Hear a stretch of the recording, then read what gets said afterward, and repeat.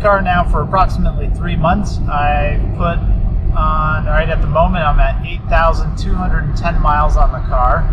I had about 50 miles on it before I got it, so I put on, 8,160 miles on the car in that time. So that puts my average driving at around 3,000 miles per month.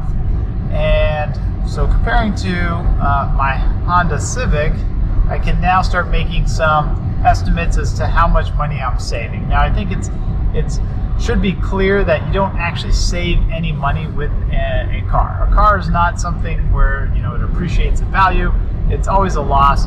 Now, just is it you're going to lose less money driving an electric car? How much less than if you were to drive compared to a gas car? So real quick, if you like the video, please give me a thumbs up. Subscribe if you want to see more about this particular vehicle. I have quite an eclectic channel.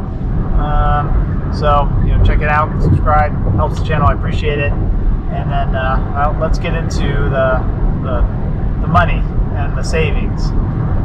So if I drive, I'm not very fuel efficient in an electric car. I don't get the best gas mileage. I tend to drive a little faster than probably is suggested, accelerate a little harder, drive a little bit more spirited. So my average fuel economy in the Civic was about just over 30 miles to the gallon. So at 3,000 miles a month, that's approximately 10 fill-ups that I would be required to do at about 10 gallons per fill-up. So the math is actually fairly easy. So if I had to fill up 10 times, last month the average price of fuel in Michigan was approximately $4 a gallon. So I'm just going to use kind of roundish numbers. It's slightly higher probably.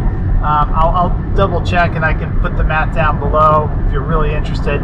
But using that math, I would have spent about $400 in fuel last month just driving around. Our electric bill went up $50. So my estimation now is I've saved $350 last month versus from this car versus the Civic. It's not an insignificant amount of money. It's pretty good. Some of that was charging at work, and I estimate about half my time is charging at work and half my time is charging at home, because I drive to work and I charge up to full, then I drive home and then charge up to full. So, roughly speaking, half my time was charging at work. Potentially slightly more was done charging at home, because I also drive other places, on the weekends and stuff like that, and I end up charging. So I would say that there's probably a 60-40 split there, where probably 60% of the time I'm charging at home, 40% of the time I'm charging at work.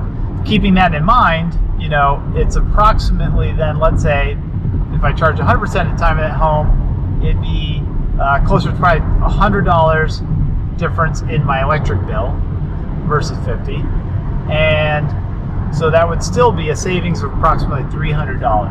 Now, the caveat I want to put, or what I'm not trying to say, is that you should go out and buy an electric car and that will save you money, because unless you're buying it cash, buying the loan on the car or a lease, is going to be $400 to $800 depending on leasing or loan, and that's obviously more than $300 to $350. So you're not going to immediately save money. But if you're in the market for a new car, your other car's getting old or whatnot, and you're in the market for buying another car, I would strongly suggest getting an electric car.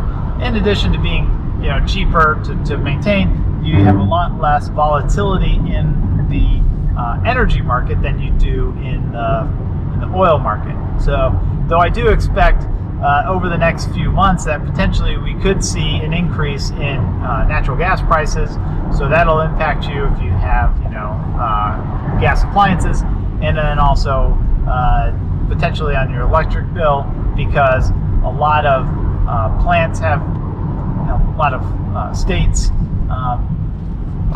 rely on natural gas plants, and they also yes, that beeping was the car warning me that there was a stopped car ahead. So there's definitely some shenanigans going on up there, or back there, I should say.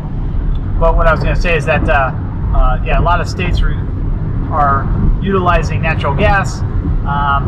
Michigan is one of them. About, I think it's like 30 or 40% of our energy is produced by burning natural gas. And if those prices go up because of the Ukraine war, then I can foresee my energy bill going up.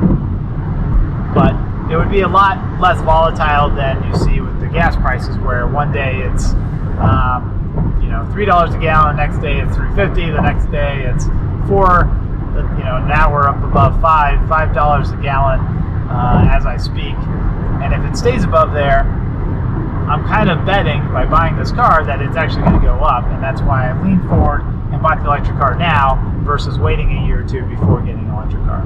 Hope you found the video interesting, useful, helpful. If you have any questions or other, about this or other aspects of the Niro, feel free to leave them in the comment section below. I have some data that I'm going to put in the description, and yeah, again, please give me a thumbs up and like, subscribe, all that jazz. I really appreciate it. Supports the channel, and have a good one.